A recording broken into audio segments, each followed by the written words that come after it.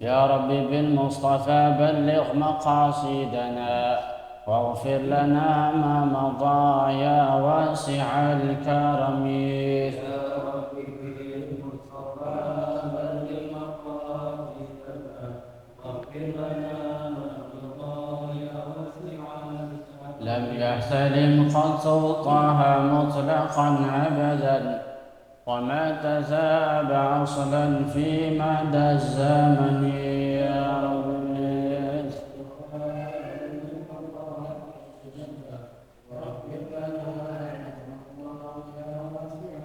منه الدواب فلم تهرب وما وقعت ذبابة أبدا في جسمه الحسن. يا رب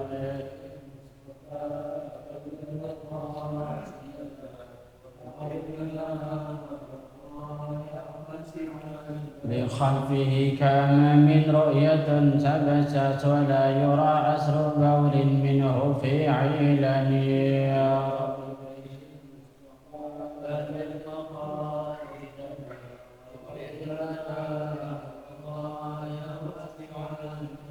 فتفوقد علت قوما إذا جلسوا عند الولادة سفياز بمختتن. يا رب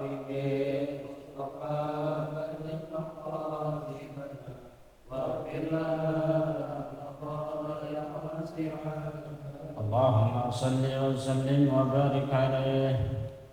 الحمد لله والشكر لله والصلاة والسلام على رسول الله محمد بن عبد الله وآله وصحبه ومن والاه لا حول ولا قوة إلا بالله.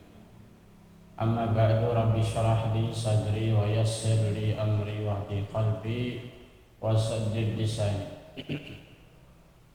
وسدد لساني بحق نبينا محمد صلى الله عليه وسلم. اللهم إنا نسألك الفتوح والرسوخ وتوبة النصوح وصلاح الجسد والروح. Dua malam lagi kita merayakan Maulid ya, dijaga kesehatannya. Yang batuk segera berobat, minum banyak-banyak air kunyit, air jahe, air serai dicampur, panas-panas. Jangan pernah makan gula, minum gula. Minum juga air asam. Jadi jaga kesehatan itu hukumnya sunnah. Karena kalau satu di antara kita sakit merepotkan yang lain. Yang harusnya tugas kita pegang akhirnya ditumpu oleh orang yang lain, merepotkan. Walidza qala al-musannif Syekh Muhammad Hashim walidza qala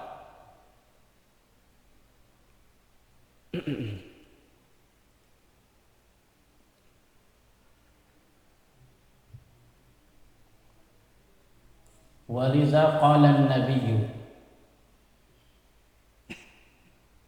Waliza qala an-nabiy sallallahu alaihi wasallam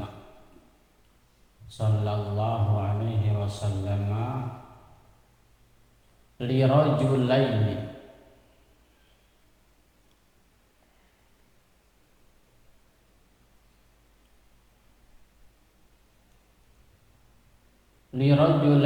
ra'ayahu. Ini rapat benar, habis itu ada titik ke sana ra'yatun, padahal ra'ayahu yatahaddatsu, itu titiknya punya ya di depan.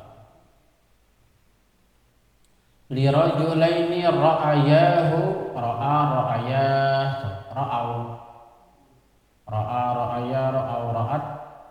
ra'ata, ra'ayna, ra'aita, ra'aituma, ra'aitum, ra'aiti, ra'aituma, ra'aitunna, ra'aitu. Lirajulaini ra'ayahu yatahaddatsu ma'a Sofiyyata.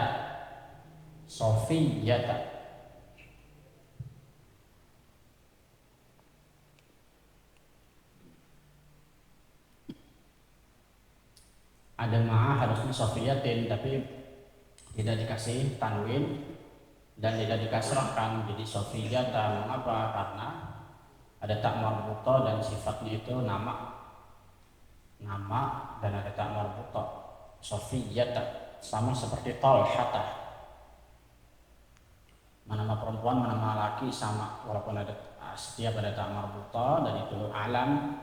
Al-alam berupa isim, berupa nama orang. Maka ketika ada huruf jar ma'a, bi, li, maka harus pakai fathah. Beda dengan Muhammad. Kalau Muhammad ma'a Muhammadin, ma'a Allahi, ya. Kalau Sofiyatin nggak boleh, Sofiyatah. Itu namanya isim ghair munsharif, isim yang tidak boleh ditanwin. Jadi ketika dhammah Sofiyatu, ketika fathah Sofiyata, ketika kasrah tidak boleh Sofiyati, harus Sofiyata lagi. Tidak dengan kasrah, huruf jarnya, simbol jarnya, huruf simbol jar, simbol khafatnya harus dengan fathah. Namanya isim ghair munsharif, isim yang tidak boleh ditanwin. Ada beberapa alasan. Seperti Makkah. Makkah tidak boleh Makkatun, harus Makkatu, Makkata, Makkata, Bimakkata. Begitu juga Bakkah, Bakkata, Bakkata. Inna awwala baitin wudi'a lin-nasi lallazi bibakkata. Harusnya kan bibakkatin, boleh. Harus bibakkata. Mengapa? Karena ada ta marbuta dan berupa al-alam, sebuah nama. Jadi begitu, ada kode-kodenya dalam bahasa Arab. Ma'a Sofiyata. Jadi Sofiyata ini nama orang, istri Nabi. Summa ajaza, tulisannya panjang, baca yang benar. Kalau ajaza itu satu orang, kalau ajaza dua orang. Doroba satu orang, doroba dua orang. Alifnya alif tasniyah namanya. Alif apa? Ya alif isnain, alif tasniyah. Thumma ajaza ala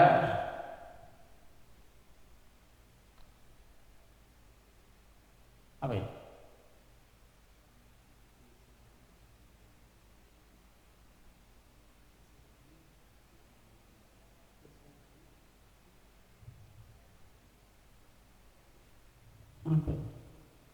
Saya nggak baca di kitab saya.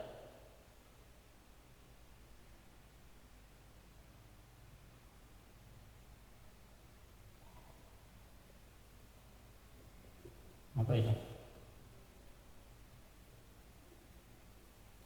Ngeblank. Apa ini di sini? Rusul. Rusul di situ tulisannya. Masa rusul? Hah?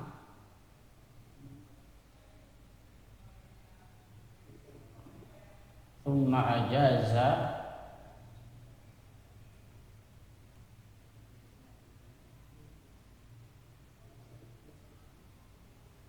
oh ini nih, nah ini pentingnya baca pakai titik yang begini nih. Thumma ajaza, titik di sini.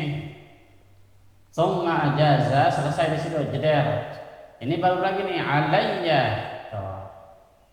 Ini baru lagi nih isinya nih, isi hadis nih. Jadi ini perkataan Nabi, ini ribet ya sih, nggak ada titik. Kitab jadul model. Kan ini di depan kan walidha qala, oleh karena itu Nabi berkata kan gitu kan. Ya, di rajulaini ra'ayahu, bagi dua orang yang melihat dia yatahadzatu ma Sofia, yang sedang berbincang-bincang dengan Sofi. Tsumma ajaza, kemudian keduanya lewat titik di situ. Nah, ini perkataan Nabi sekarang alayya. Perkataan Nabi panjang banget, jauh banget. Ya. Budi berkata kepada ibunya ketika ibunya sedang di pasar dalam keadaan hujan. Bu, udah di situ baru ketemu. Ngerti nggak? Perkataan Budi ini jauh banget. Ngerti nggak? Nah ini alayya ini isi nabinya nih, ada tanda kutipnya harusnya. Bikin bingung aja. Alayya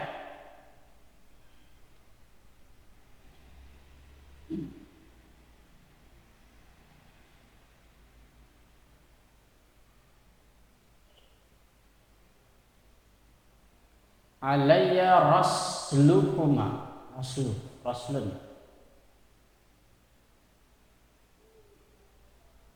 Kalau nggak salah ya, mudah-mudahan benar, saya lihat kamus. Alayya raslukuma.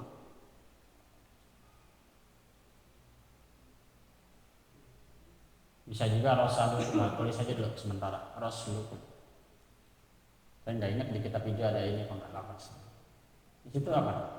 Nggak ada. Hah? Sama. Alayya rasulukuma. Innaha Safiyatu bintu Huyayyin.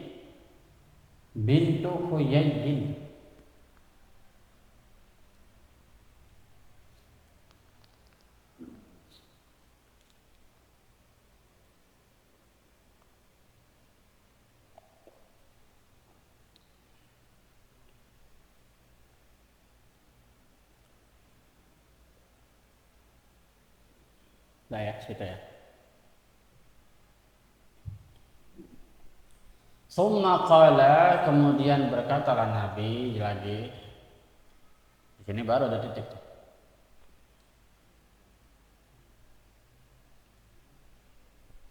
Summa qala inna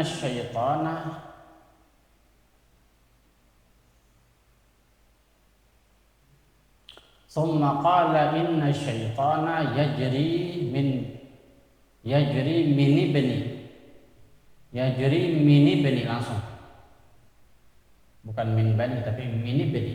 Kalau min bani itu harus ada ya-nya. Min ibni. Alifnya tidak dibaca. Min asalnya min ibni. Jadi min ibni. Kalau ya bani Adam harus ada ya-nya. Ya bani Adam harus ada ya.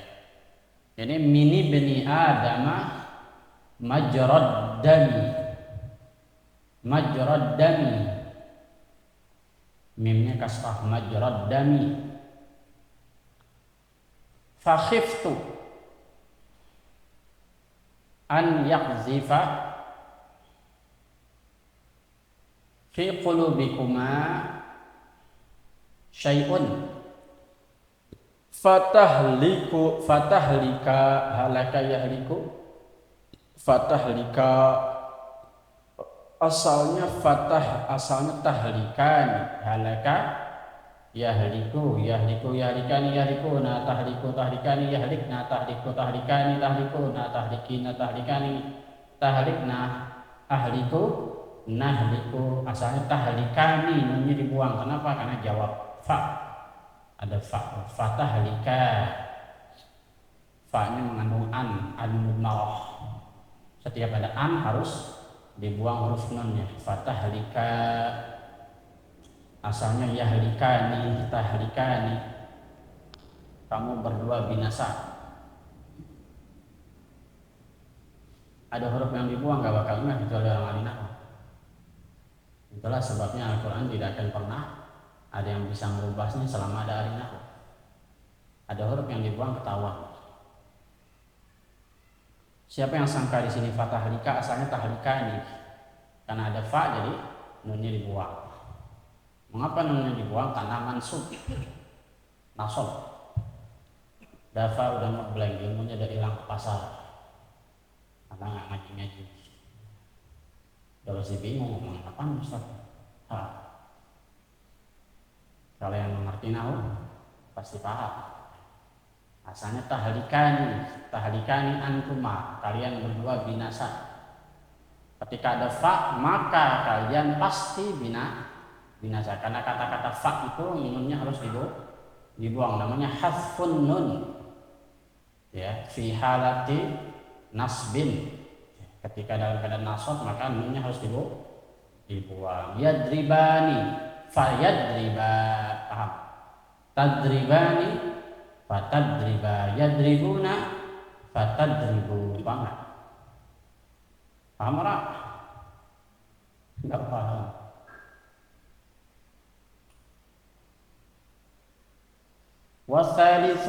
Wasalisa asyara. Bisa juga wasalisu boleh, wasalisa boleh. Kalau wasalisa itu berarti tempat yang ke-13. Kalau wasalisu asyara berarti isinya yang ke-13 sama aja. Wasalisu asyara yang ke-13 daripada adab seorang ahli ilmu yang sudah berilmu, an yuhafiza 'alal qiyami, an yuhafiza 'alal qiyami bi sya'airil islami wa zawahiril ahkami. Baca saya udah kurang jelas apa, saking bintangnya pengen bingung, awas masih salah.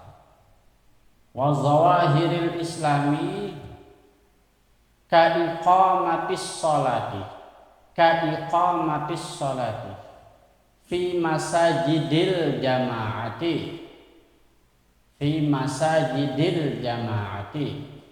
Ini unik kalimat Mbah Hashim, bukan fi masajidah jamaatan, tapi fi masajidil jamaati. Itu al jamaahnya ada alif lam enggak Bang Imam? Sama berarti. Dibilangnya di sini di masjid jami. Jadi yang dianjurkan, yang sangat ditekankan sholat berjamaah yaitu di masjid jami. Bukan di masjid secara berjamaah, tapi ditekankan adalah sholat berjamaah di masjid jami. Karena sholat berjamaah di masjid jami itu keuntungannya banyak. Ketika kita datang sholat tahiyatul masjid, kemudian duduk, kita bisa niat itikaf. Kalau masjidnya enggak masjid jami, enggak diniatin itikaf. Walaupun ada ulama yang membolehkan, tapi ulama kita enggak pakai itu. Di musola bisa enggak itikaf? Enggak bisa. Di pesantren bisa enggak? Enggak bisa. Walaupun ada yang itikaf bisa di pesantren. Yang kemudian akhirnya dipakai pendapat tersebut oleh para santri ya, sambil murojaah ya.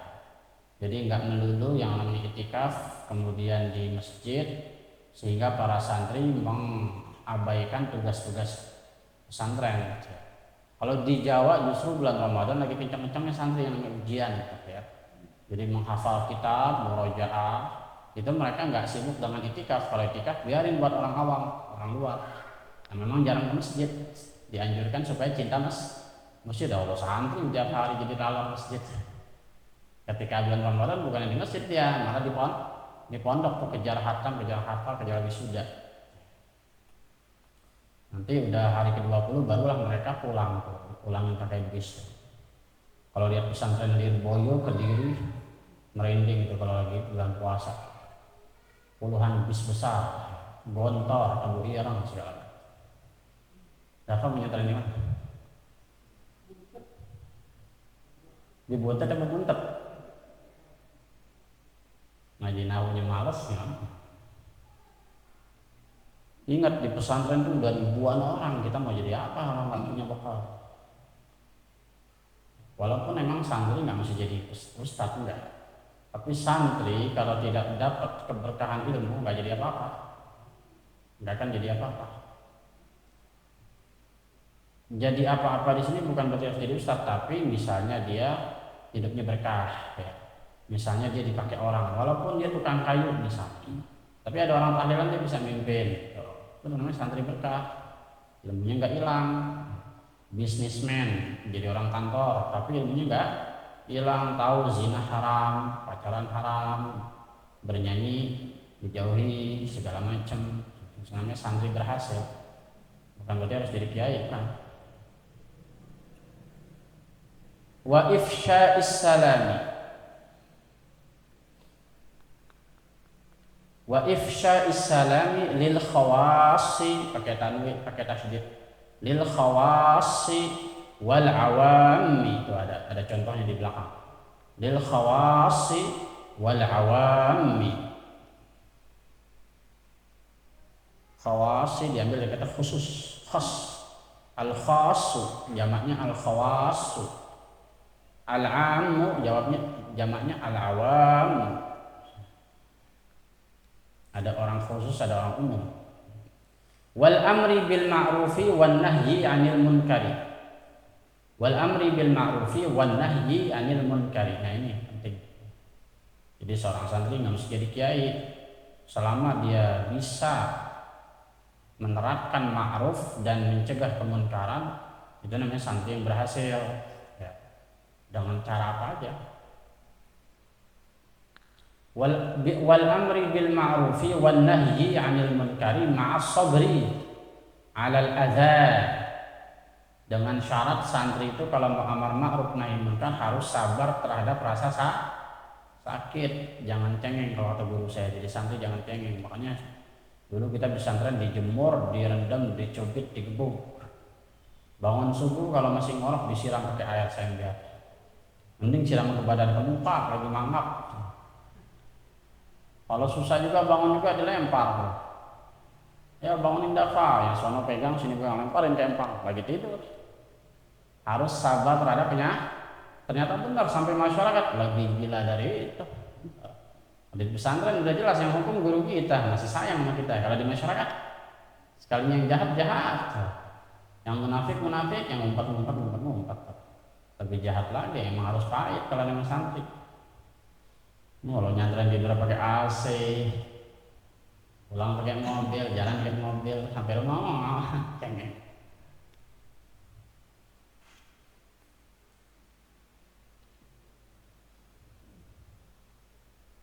Sampai kalau orang di Mesir itu sampai jualan tempe, jualan bakwan buat hidup.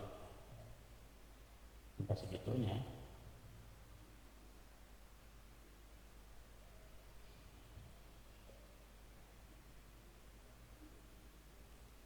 Dah segitu dulu.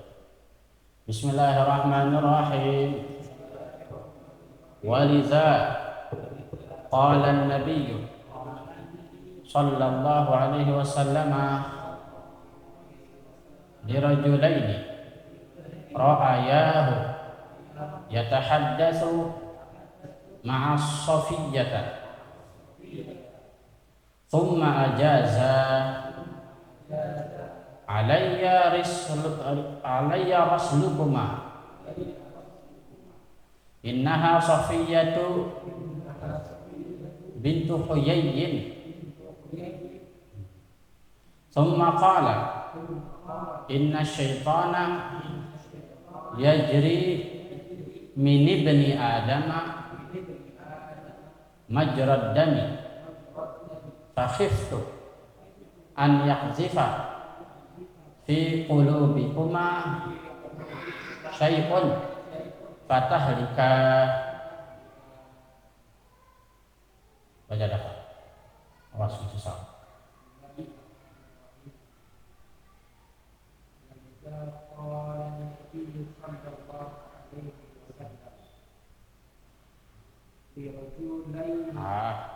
Dibilang jangan salah. Perhatikan dafa habis jim ada waw atau tidak? Habis huruf jim ada waw nggak?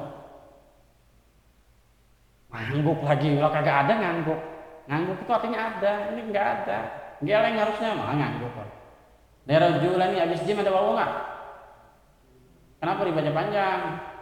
Lirajul itu ada waw namanya. Ini nggak ada waw. Lirajulaini.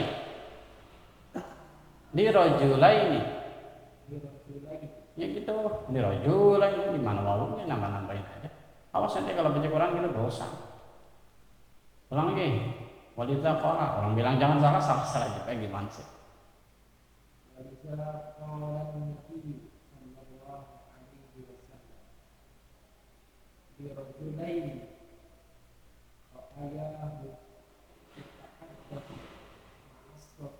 Bukan mas, nggak ada alif lam. Ma'a.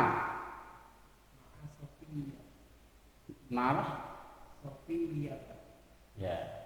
Yang benar ma'a Sofiyah, jangan mas, nggak ada alif lam situ.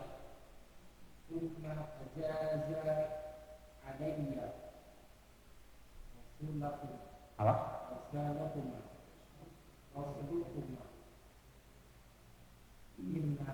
Alayya raslukuma. Ya, sementara itu dulu. Bisa juga rasulukuma. Sementara itu raslukuma. Innaha Safiyyatu bintu Huyayyin. Itu siapa? Huyayyin. Thumma qala inna syaitana Yajri min ibni Adam yajri majri Majra dami Majrad dami. dan Yang tegas. Terus itu an yaqdzifa fi qulubikum syai'un fatahlika Fatahlika. Iya, nah ada alif. Itu bukan kaf doang itu. Kalau kaf doang pasti begini buntutnya, turun ke bawah. Asalnya tahlikan nih. Dah lihat. Yang bawah kita nanti. Nah, kemarin kita orang alim dianjurkan harus memberikan pemahaman kepada orang yang nggak paham supaya tidak jadi fitnah, supaya orang nggak lari dari kita.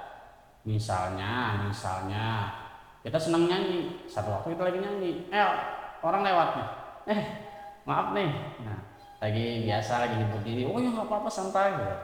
Jadi perlu dijelaskan, ya, jangan sampai orang lihatnya nggak pantas, gitu. Jangan sampai orang melihat kita tidak pantas.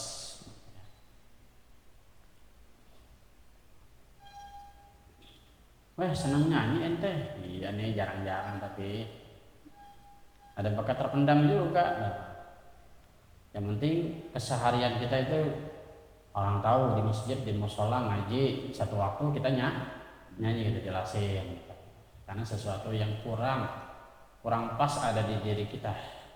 Terserah kalau di orang lain nggak apa-apa, nggak ada masalah. Tapi kalau di diri kita, waduh ternyata doyan nyanyi gue kan ada aja orang gitu hatinya. Nah, emang ngapa nyanyi? Bener gak? Tapi ya namanya orang mesti dijelasin gitu. Iya nih saya seneng nih sama Haji Roma misalnya. Iya nih seneng nih lagu-lagu dangdut lawas misalnya.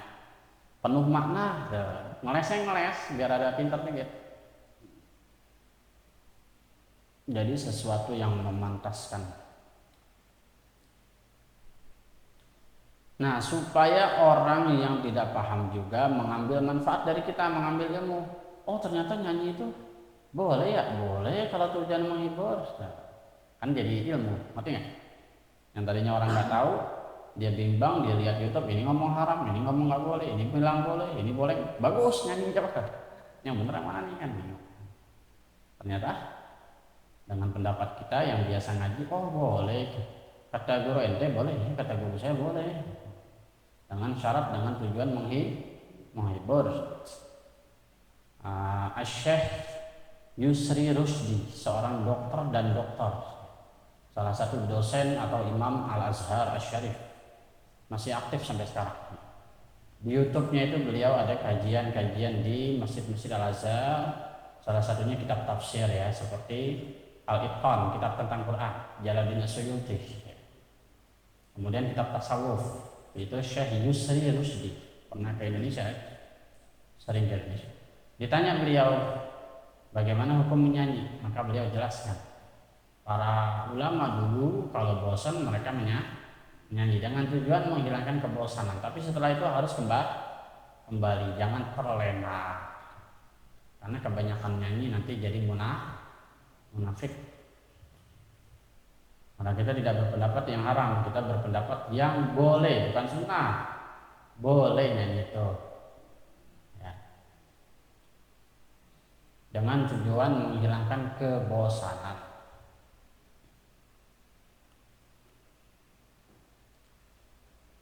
Nah, ini Nabi nyontohin sekarang. Waliza oleh karena itulah. Qala Nabi, berkata Nabi SAW, dirajulaini, kepada dua orang laki-laki.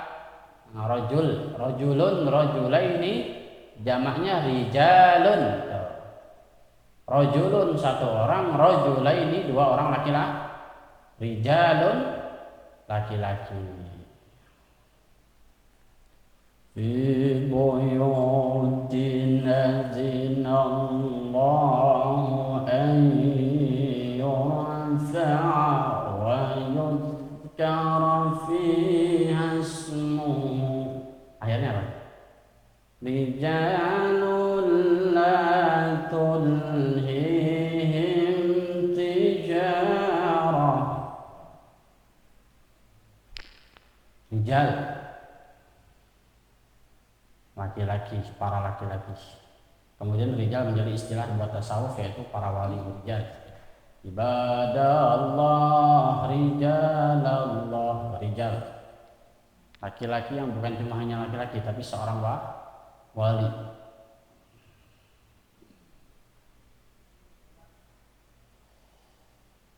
Rasulullah berkata kepada dua orang laki-laki, ra'ayahu, yang keduanya itu melihat beliau. Ra'aya, melihat keduanya itu, hu akan Nabi Muhammad.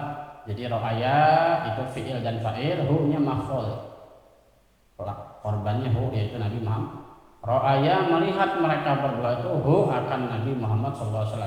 Yatahaddatsu, yang sedang berbincang-bincang, ma'a Sofiyata, bersama Sofia, karena istrinya Nabi semuanya bercadar, takut orang curiga Nabi sama perempuan yang bukan istrinya. Padahal mas sahabat udah pasti paham, tapi dasar Nabi emang orangnya sangat hati-hati.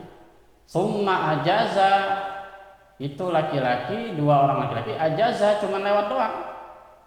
Alayya raslukuma, kewajibanku memberitahu kalian berdua. Alayya rasulukuma, kalau dalam bahasa Arab alayya itu maknanya kewajiban, ala kewajiban, kalau li hak.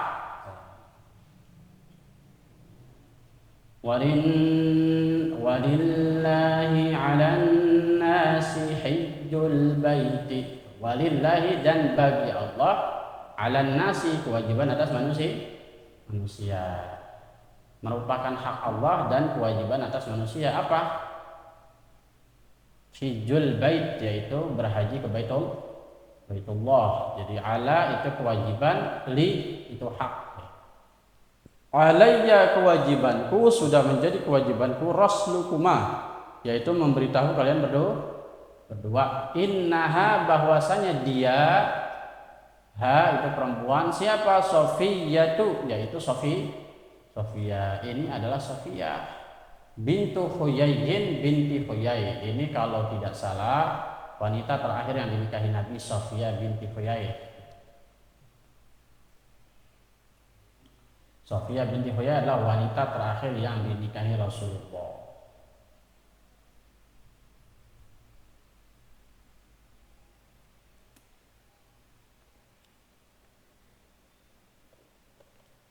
Berarti ini sudah zaman Rasulullah sudah berjaya ya, sudah di akhir-akhir ya. Sudah Islam itu sudah kuat, Rasulullah sudah mulai tenang, sudah mulai bisa ya pacaran sama istri-istrinya, udah bisa jalan-jalan. Karena istrinya banyak, takut jadi fitnah, Rasulullah kasih tahu ini Sofia binti Huyai. Takutnya ada orang berprasangka itu perempuan selain dari istri-istri Nabi ya. Tsumma qala, maka kemudian Nabi sallallahu alaihi wasallam itu bersabda lagi, nerusin. Inna syaitana, sesungguhnya syaitan, yajri, itu mengalir, mini bani adama, di antara bani Adam, majrad dam, di mana mengalirnya? Yaitu di aliran pembuluh darah. Itu kiasan ya, bukan berarti setan ada di sini. Itu kiasan bahwa setan itu sangat cepat membisikkan buruk sangka. Itulah kenapa kita dilarang duduk-duduk di pinggir jalan tuh. Satu waktu ada sekelompok pemuda nih, bareng 4 orang duduk-duduk di pinggir jalan. Maka Nabi SAW mengatakan, janganlah kalian duduk-duduk di pinggir jalan. Maka sahabat ini, 4 orang ini, pemuda ini ngomong, ya Rasulullah, kami nggak punya lahan seperti sahabat-sahabat yang lain, emang tempat nongkrong kami di sini. Maka kata Nabi SAW, maka fahaqqut thariq, maka jalankanlah haknya jalan, laksanakanlah, berikanlah haknya jalan. Apa itu haknya jalan ya Rasulullah? Wa ma haqqut thariq, apa itu haknya jalan? Tundukkan pandangan. Jadi kalau kita nongkrong di pinggir jalan, ada cewek lewat, jangan melotot, nunduk. Duduknya nongkrongnya nggak apa-apa. Tapi kalau ada cewek lewat, jangan nunduk, melengos. Jangan pura-pura melengos tapi pantang. Kalau lagi sendiri nggak apa-apa. Ini lagi rame-rame, tengisin dong. Lagi sendiri cewek lewat ya liatin aja, namanya hawa nafsu. Kalau masih belum kuat silahkan liatin kalau nggak takut dosa. Tapi kalau lagi bareng-bareng jangan dong nyontohin yang nggak benar. Karena kita melakukan, satu orang melakukan, yang lain pasti ngikut. Nah itu dosanya ditanggung yang pertama tuh. Wih, cewek cakep tuh, yang lain kan nengok kan, oh ini dosanya dia yang nanggung. Harusnya enggak, dia sih kepengen semua. Itulah ujiannya orang duduk-duduk di pinggir jalan. Makanya kata Nabi, tundukkan pandangan. Kalau emang terpaksa duduk di pinggir jalan nggak apa-apa, tapi tundukkan pandangan. Ya. Bahkan dulu ada seorang ulama, ya Habib Ali Simtud Durar, yang punya Simtud Durar. Itu kalau dia berprasangka buruk sama seseorang, dia minta maaf. Maafin saya berprasangka. Kapan? Enggak ada yang ngomong apa-apa. Iya saya dalam hati. Saking apa? Saking alim. Maaf ya saya bersangka sedikit. Kalau gitu kagak. Kalau udah nyebar kemana-mana baru minta maaf. Udah jelek nama gue lo minta maaf.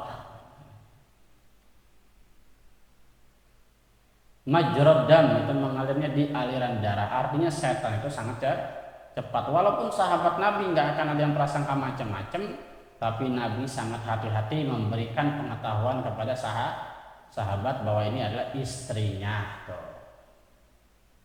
Fakhiftu, maka aku takut, karena setan itu cepat sekali membisikkan kebohongan, membisikkan isu. Fakhiftu, maka aku takut, an yakdzifa, yaitu merasuki, fi qulubikuma, di hati kalian berdua, syai'un, sesuatu. Aku takut sesuatu merasuki hati kalian. Tuh halus tuh, sindiran halus. Sesuatu Nabi nggak bilang aku takut kalian buruk sangka, enggak. Sesuatu apa aja. Buruk sangka sih enggak. Ya dikit-dikit lah curiga.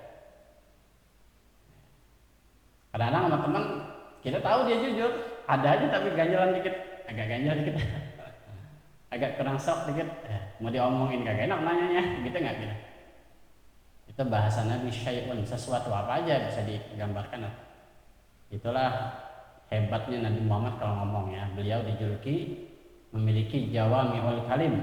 Kalau ngomong itu maknanya bisa ribuan makna, padat makna. Nabi mengatakan syai'un, sesuatu apa aja bisa. Sama seperti Nabi Ibrahim. Nabi Ibrahim itu unik. Waktu Nabi Ibrahim, Rabbi arini kaifa tuhyil mauta. Ya Allah, perlihatkan kepadaku bagaimana caranya engkau menghidupkan yang sudah mati. Nah, karena Nabi Ibrahim ini Khalilullah, kekasih Allah, Allah itu senang bercanda sama Nabi Ibrahim.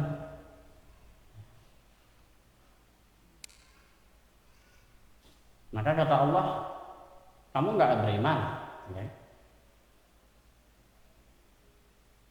Maka kata Nabi Ibrahim apa? Jawaban Nabi Ibrahim, kata Allah kan, apa kamu? Alasta bimu'minin, gitu kalau nggak salah. Kamu nggak beriman, kata Allah. Nabi Ibrahim cuma nanya bagaimana caranya kamu menghidupkan orang mati. Bagaimana caranya? Bukan saya nggak percaya, tapi itu menyiratkan sesuatu. Ngerti nggak? Jadi yang ngatur pinter ngeles, yang ngatur. Nah, Allah itu juga membahasakan bahasa cerdas. Awalam tu'min, kata-katanya. Awalam tu'min. Apakah kamu tidak percaya? Apa kata Ibrahim? Walakin lihat ma'inna qalbi. Saya percaya, tapi supaya hati saya tenang. Saya percaya saat, cuman ini ada ganjalan dikit. Ngerti nggak? Itu bagi seorang yang sudah bicara langsung sama Allah, masih kayak gitu, gimana kita? Wajar lah. Makanya apa namanya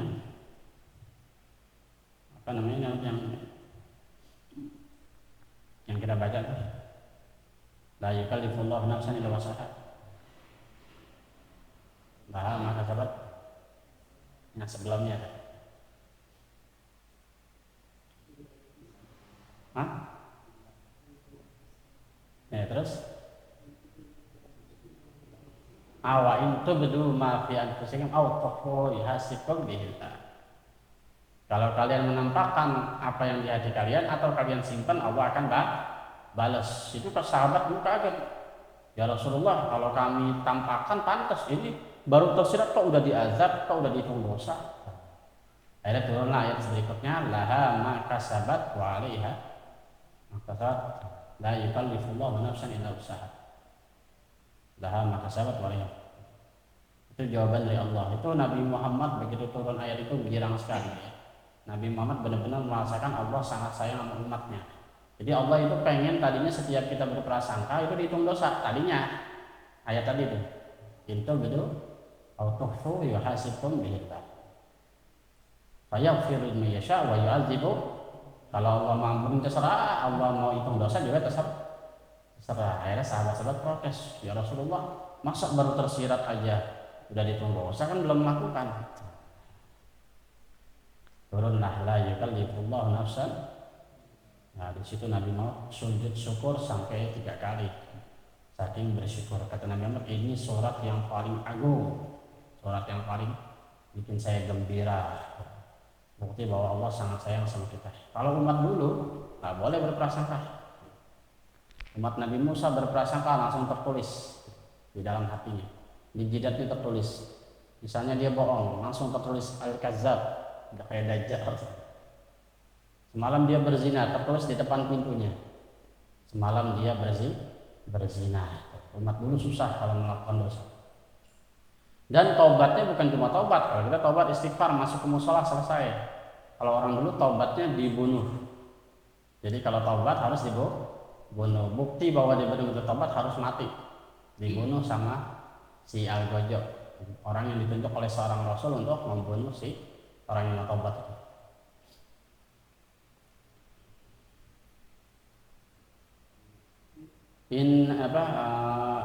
Ya qaumi innakum zalamtum anfusakum bittikhazikumul ijla fatubu ila barikum faqtulu anfusakum. Jadi cara taubat umat Nabi Musa dulu setelah menyembah sapi, mereka merasa bersalah, mereka taubat, faqtulu anfusakum. Bertobatlah kalian kepada Tuhan kalian dan bunuhlah jiwa-jiwa kalian. Yang dimaksud bunuhlah bukan bunuh diri, tapi satu sama lain saling membunuh. Jadi dua-duanya ini mau bertobat, saling menusuk, cep, mati. Baru diterima tobat. Kalau sekarang dihapus syariat itu. Itu ada dalam kitab Syaraful Ummatil Muhammadiyah karya Sayyid Muhammad bin Alwi Al-Maliki, anaknya yang punya kitab Ibanatul Ahkam. Keutamaan umat Muhammad dibandingkan dengan umat yang dulu. Syariat itu dulu begitu. Kucing, ada dua orang berzina, diintip sama kucing melotot. Dia lihat itu kucing, besoknya kucingnya ngadu ke Rasulnya. Wahai Nabi Musa, saya melihat si anak itu berzina. Di mana? Udah pasti benar, kucing yang ngomong, sama bohong. Bahkan dulu kan ceritanya Dzulkarnain ya. Dzulkarnain itu kan dia pakai topi kayak Viking. Ternyata memang ada benjolan 2, bisul di kepalanya itu 2. Itu ketahuannya gara-gara burung beo. Dia pipis, nengok-nengok, wah nggak ada orang, aman kan? Pas dibuka topinya, nah, burung beo itu apa? Bukan burung beo sih, ada orang, seorang petani kalau nggak salah. Tukang kebun nggak sengaja melihat Dzulkarnain. Karena ini raja, dia takut, tapi pengen banget ngomong, dia kaget. Tukang si petani ini. Akhirnya si tukang petani ini juga ngumpet cari tempat supaya dia bicara aja kepada pohon, mengungkapkan keheranannya. Itu Raja Dzulkarnain. Raja tersebut memiliki 2 tanduk. Di atas ada burung beo denger sebar tuh. Rupanya topinya itu memang buat menutupi bisul di kepalanya itu, tanduk. Bukan bisul, kalau bisul koreng, ini tanduk. Ceritanya kayak gitu. Tapi nggak tahu benar apa enggak ya. Cerita di tafsirnya kayak gitu. Kadang-kadang cerita itu mesti kita saring karena bersifat Israiliyat ya. Jadi ada kisah-kisah yang memang sifatnya Israiliyat. Israiliyat adalah kisah-kisah dari Bani Israel seperti Nabi Ayub korengan. Itu ulama kita menganggap itu Israiliyat, tidak setuju. Ya, korengan borok, setiap wudu ulatnya ditaruh, ntar habis wudu pasang lagi, itu katanya berlebihan. Itu cerita Israiliyat, cerita yang berlebihan dari Bani Israel, yang bertentangan dengan sifat kenabian, bahwa Nabi itu sebenarnya seorang yang sehat.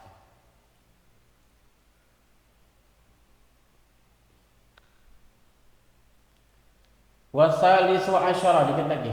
Wasalisu asyara, dan yang ke-13 daripada adab seorang alim, an yuhafizan, hendaklah ia menjaga itu si orang alim, alal qiyami, yaitu menegakkan, bukan berdiri, menegakkan, bi sya'airil islami, syariat-syariat Islam. Jadi kalau sudah punya ilmu harus menegakkan syariat Islam, harus dia yang paling beresiko untuk menjaga, ya. Wa zawahiril ahkam, dan zahir-zahir hukum. Zahir-zahir hukum itu ya kalau yang benar ya benar, yang salah ya salah. Walaupun ada kebijaksanaan, misalnya lagi ceramah, yang namanya pakai daster hukumnya haram. Apalagi kelihatan keteknya, kelihatan dadanya, ceramahnya begitu harus dizahirkan, ditampilkan bahwa dia benci, tapi tidak juga menghukumi ketika tetangganya make, jangan diceramain habis. Jadi harus menegakkan zawahir ahkam, ya, walaupun hukum yang kita sampaikan itu terjadi di masyarakat, kita sampaikan dengan sebagai bentuk ketidaksukaan, tapi bukan berarti kita kemudian memerangi langsung. Jadi ada cara-caranya. Yang dimaksud man ra'a minkum munkaran fal yughayyir biyadi, itu maksudnya sesuai dengan kapasitas. Kalau kira-kira yang diajak ngomong berantem, yang nggak usah.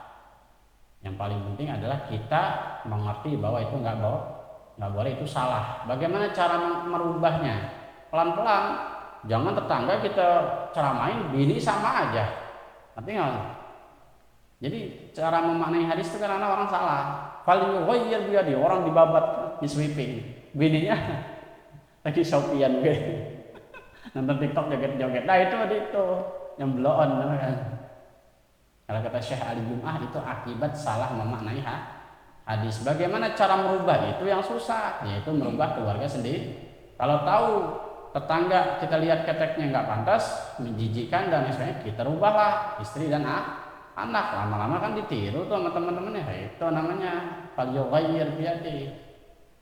Jadi kadang-kadang kata Syekh Ali Jum'ah tuh orang terlalu cepat memaknai hadis dengan emosi tanpa berpikir panjang, sehingga lupa membenahi diri sendiri. Jadi kalau kita mau menghukumi orang, hukumi diri kita dulu. Ini nggak boleh, ini itu buat diri kita.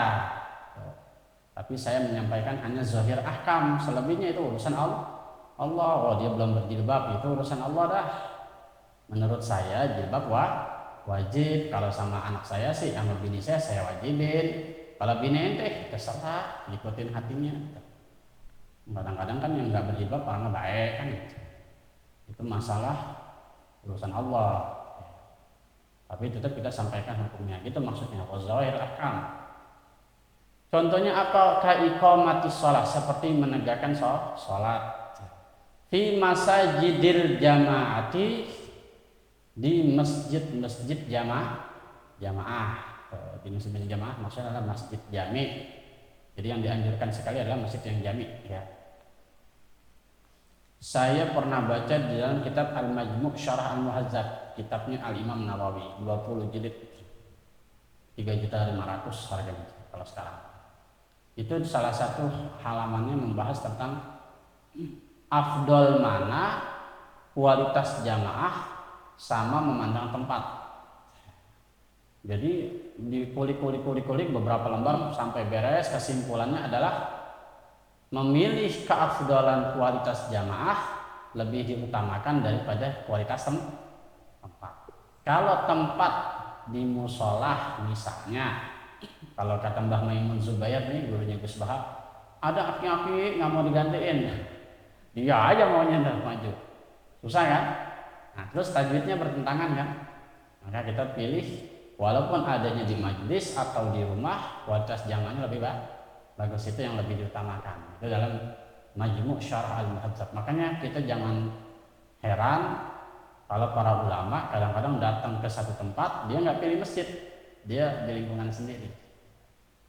Ya walaupun lebih utama masjid karena untuk syiar.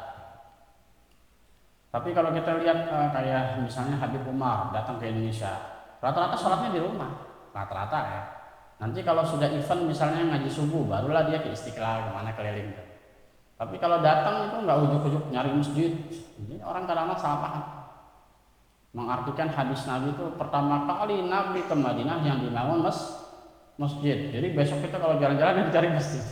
Padahal nggak juga. Kalau kita jalan-jalan tujuan kita ke villa, ya ke villa aja. Datang di villa, bangunlah salat jamaah.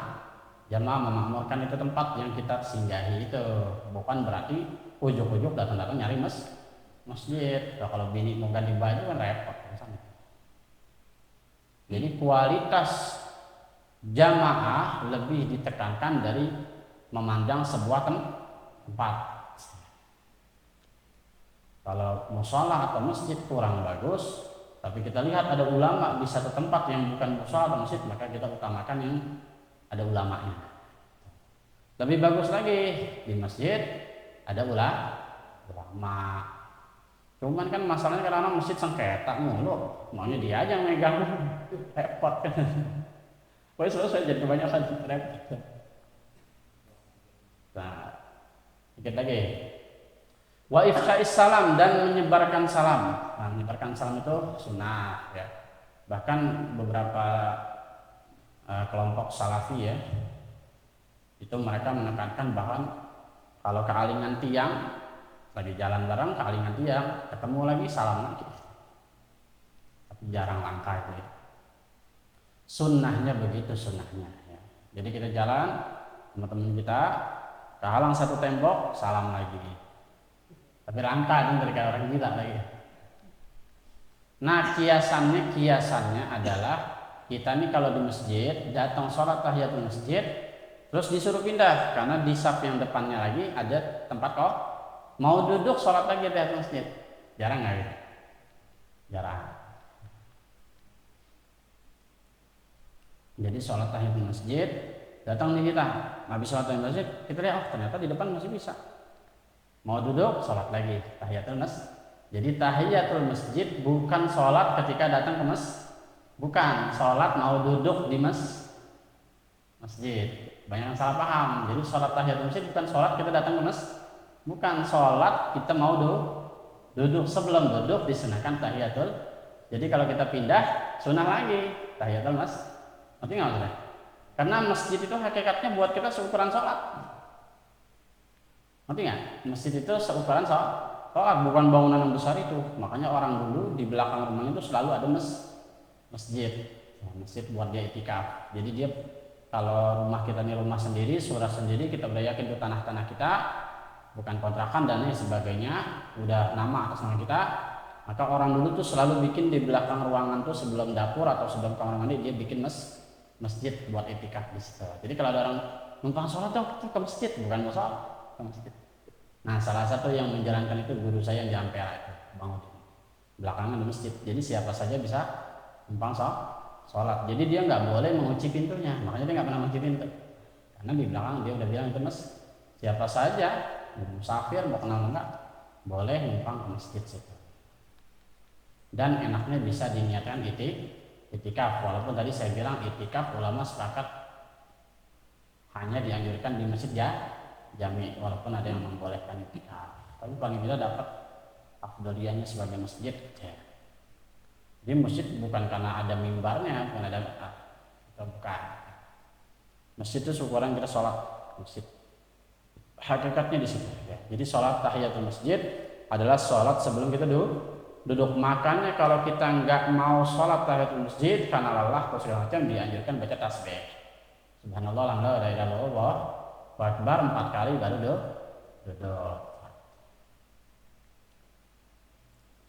Wa ifsya'is salam, dan menyebarkan salam lil khawas bagi orang-orang khusus, wal awam ataupun orang umum. Orang khusus maksudnya yang kita kenal, orang umum ya yang kita kenal.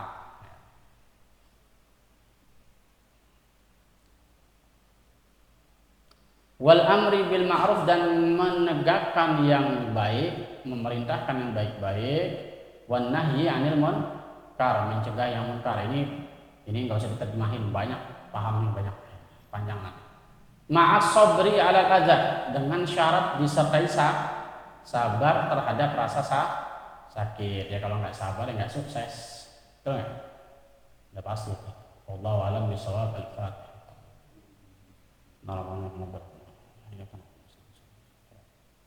Rabbana taqabbal minna innaka antas samiul alim wa tub 'alaina maulana innaka tawwabur rahim. Walhamdulillahi rabbil alamin.